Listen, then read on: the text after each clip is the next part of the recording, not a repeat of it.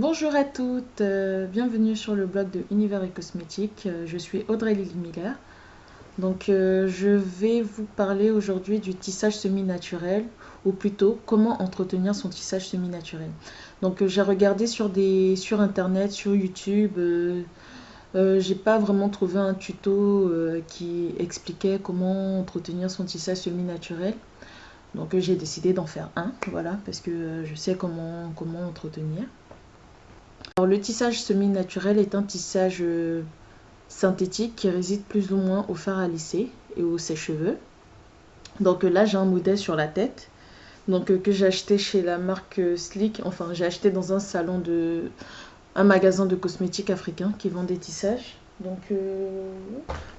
Alors là, j'ai le paquet du tissage. Là, c'est à l'envers. Donc là, j'ai acheté le tissage. Je vous montre le paquet.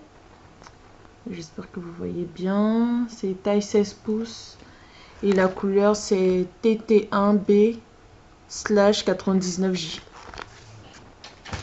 Alors, il a un peu... Là, ça se voit pas bien à cause de la luminosité, mais il est un peu en tie and dye. Et j'ai des reflets roux, en fait, en dessous. Non coiffé, ça donne ça.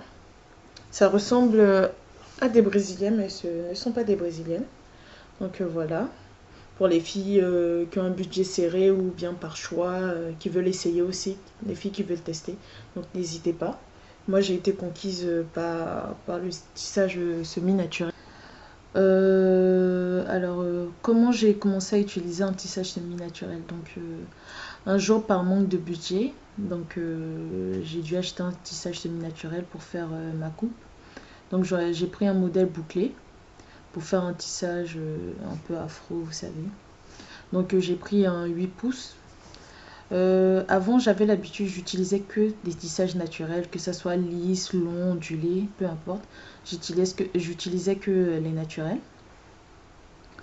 Et avec les naturels, quand on fait un tissage bouclé comme ça, c'est au bout de 2 semaines et demie, ça devient bizarre parce que, enfin, je sais pas si c'est moi qui ne sais pas entretenir, mais en tout cas, ça devient bizarre pour moi et donc du coup, je suis obligée de l'enlever. Alors qu'avec le semi-naturel, j'ai gardé un mois et mes boucles sont restées intactes. J'ai été conquise à ce moment-là. Voilà. Après, j'ai voulu en savoir plus. J'ai acheté long, lisse, long, ondulé et tout. Donc j'ai à peu près tout essayé et j'ai été conquise. Mais le problème qui s'est posé, c'est que quand je mettais, par exemple, cette longueur là, ça c'est du 16 pouces. Quand je mettais à peu près cette longueur là en lisse, je pouvais le garder 2 semaines parce que ça séchait, ça devenait dur et bon, ça m'a saoulé. À un moment, j'ai lâché, je suis retournée. Entre temps aussi, je faisais du naturel, hein. Pour juste vous le rappeler. Ça me saoulait. J'ai essayé de savoir comment fallait faire pour entretenir parce que si les gens fabriquent, ça veut dire qu'on peut les utiliser, que ça peut durer. J'ai commencé à me renseigner auprès des coiffeuses, comment entretenir. Et un jour, j'ai eu la réponse d'une coiffeuse qui m'avait dit que ça demandait plus d'entretien qu'un tissage naturel et ce qu'il fallait faire, que je vais vous l'expliquer tout à l'heure. Alors du coup, si nous venons à l'entretien, alors pour le matin, c'est pas compliqué. Et pour rappeler aussi, c'est que le soin du tissage commence dès le premier jour. N'attendez pas une semaine ou 2 semaines et vous dire là oui, à ce moment je vais commencer. Non, il faut commencer dès le début pour éviter que les mèches sèchent ou enfin bref. Pour celles qui ont déjà eu un tissage synthétique, elles savent de quoi je parle. Pour la journée, hydrater. Moi j'hydrate avec ça. Luthers, Kers, je sais pas, un truc de ce genre là. Ça se vend dans tous les magasins de cosmétiques afro. Une brosse à cheveux, basique. Et un foulard pour la nuit. Alors, la journée. Bon, si à la veille, bon, on va commencer par la journée. La journée, je brosse mes cheveux. Je coiffe selon mon envie. Je l'hydrate avant un tout petit peu. C'est vraiment, moi, ça, je mets quoi? Deux jets 2 jets du spray et après ça suffit pour moi. J'hydrate les cheveux.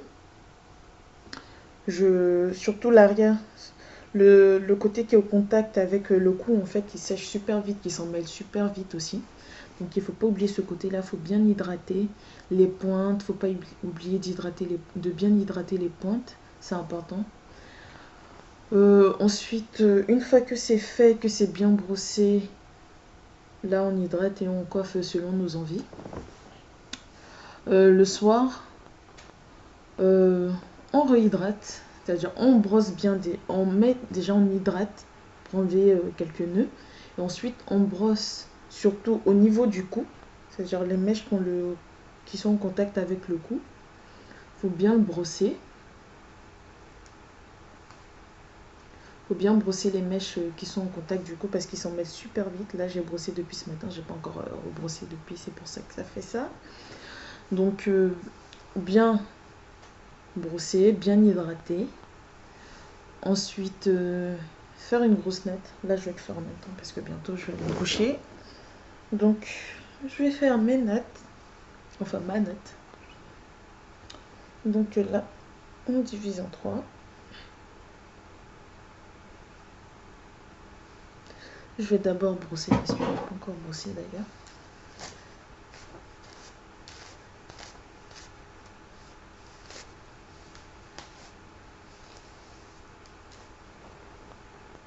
L'arrière. N'hésitez pas à passer vos doigts pour enlever les nœuds. Parce que c'est mieux. Ça fait... Ça arrache moins le tissage.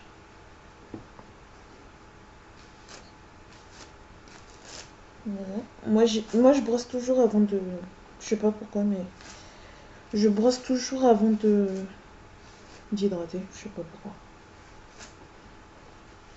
Ça doit être un toc.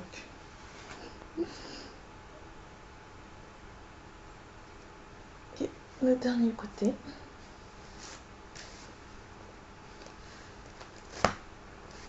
Voilà.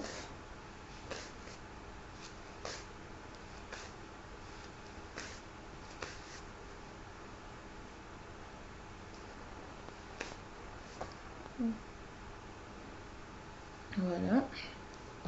Ensuite, comme je vous disais, 2 jets me suffisent. J'attrape toujours mes cheveux comme ça. Comme ça, j'hydrate l'arrière. Vous voyez, j'hydrate bien l'arrière. Parce que moi, j'aime pas quand le tissage est gras. Donc, voilà. J'hydrate bien l'arrière. Une fois que c'est fait, je passe ma main dessus. Bon, on va dire 3 jets, hein, parce que là, j'en ai pas vu assez normalement.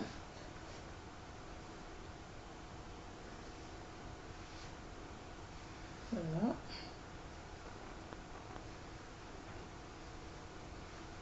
Voilà. Je fais ça et ensuite je fais mes 3 nattes. Vous pouvez repasser en coup de brosse, hein, c'est pas interdit.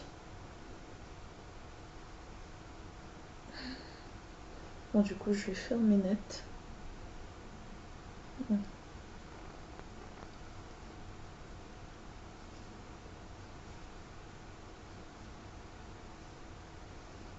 Faire mes nattes.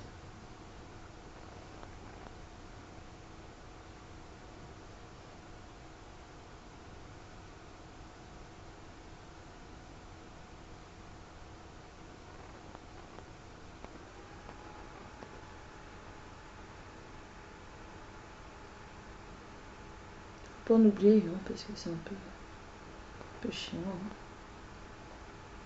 Faut pas en oublier. Alors, natte.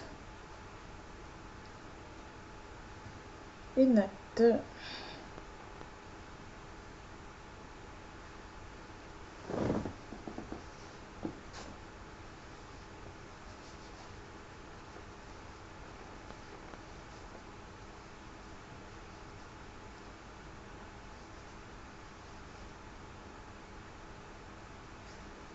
Je vérifie. Si jamais.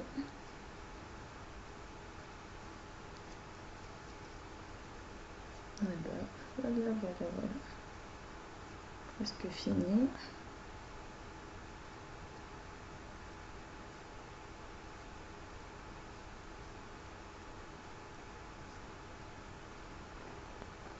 prends toujours un élastique pour attacher le bout, pour ne pas que pendant la nuit je perde ma natte.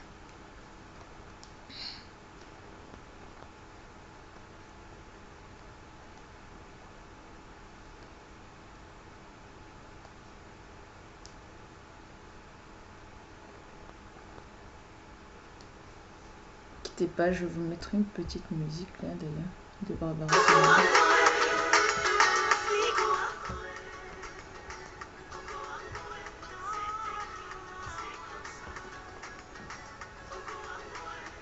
Voilà, une fois que c'est fait,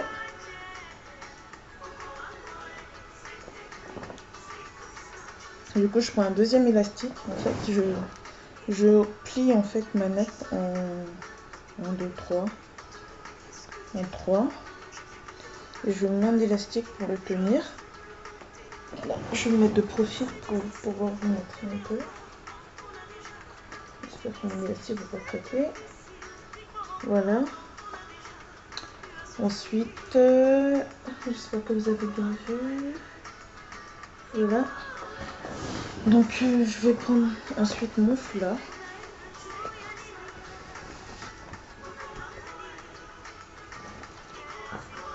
Voilà, je tâche ma tête.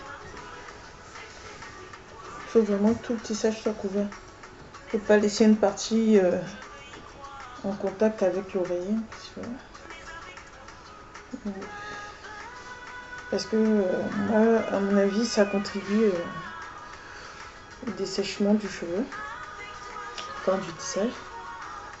Voilà, je fais un vilain foulard. Attendez.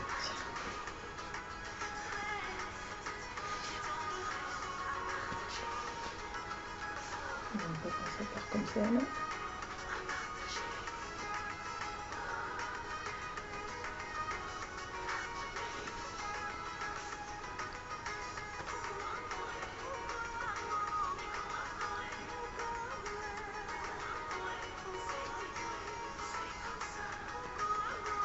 Je vous montre l'arrière. Voilà, il faut que tout soit couvert. Tout soit vraiment couvert. Et donc voilà, pour ce premier tuto. Donc si vous faites ça tous les jours, pendant toute la durée du tissage sur votre tête, donc vous pourrez le garder pendant une semaine, enfin une semaine, n'importe quoi, 3 semaines, 1 mois, tranquillement, sans problème. Voilà. Et même si vous l'entretenez super bien, c'est-à-dire vous faites tout ce que je vous ai dit, normalement même vous pouvez réutiliser le tissage. Mais bon, après moi je ne réutilise pas forcément parce que j'aime changer, donc voilà.